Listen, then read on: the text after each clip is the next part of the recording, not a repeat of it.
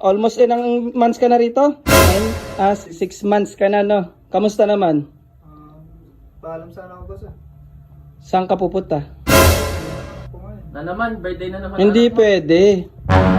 Hindi pwede. Gusto mo yata nag-birthday. Hindi naman. Kung kami dito, mababait kami. Kung magpapaalam ka dapat 1 week before, di ba? Kung magpapaalam ka ngayon, kaya mo bang pumasok muna bago ka mag-birthday?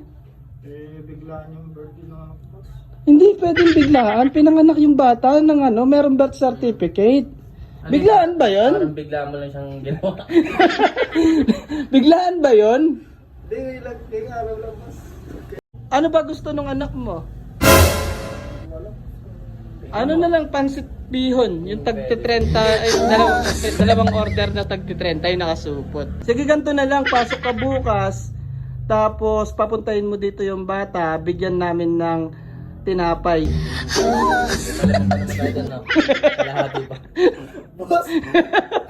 Tsaka Chor, lahat na lang ng pabor na hinihiling mo sa Oo. akin, lagi ka nang pinagbibigyan. Kasi pamilya na turing namin. Pamilya ng turing namin eh. 6 months na akong tatrabaho dito, ngayon lang mag-live, ayun yung papayagan. Kasi nga, hindi ka nagpaalam ng maayos. Ayun, biglaan ka na daan. 1 week before, bago Alam mo, kahit saan ka magpuntang trabahador, Mimihasan na siya. walang ganun na absent bukas, nagpapaalam ka ngayon. Mababait kami dito eh. Kahit ikaw, 200 lang yung usapan natin, ginawa na kitang 230. Diba? Mas tumaas pa nga yung sahod mo dito, ito 150 lang eh. Ang gagawin natin boss? Birthday ng kung biglaan naman yung birthday. Okay, sige, ganito na lang. Papuntahin mo dito yung asawa mo, usap kami. Para schedule. Para magawan natin ng paraan. Boss naman! Para magawan nga natin ng paraan yung handa. Para Ikaw ba, kaya mo bang bumili ng 2 kilong spaghetti? Hindi naman boss eh. O hindi. Bali muna ako. Ako nang bahala sa spaghetti. Ikaw sa soft drinks. Soft drinks na. Pero papuntahin mo sa kanila yung misis mo para makuha yung pera.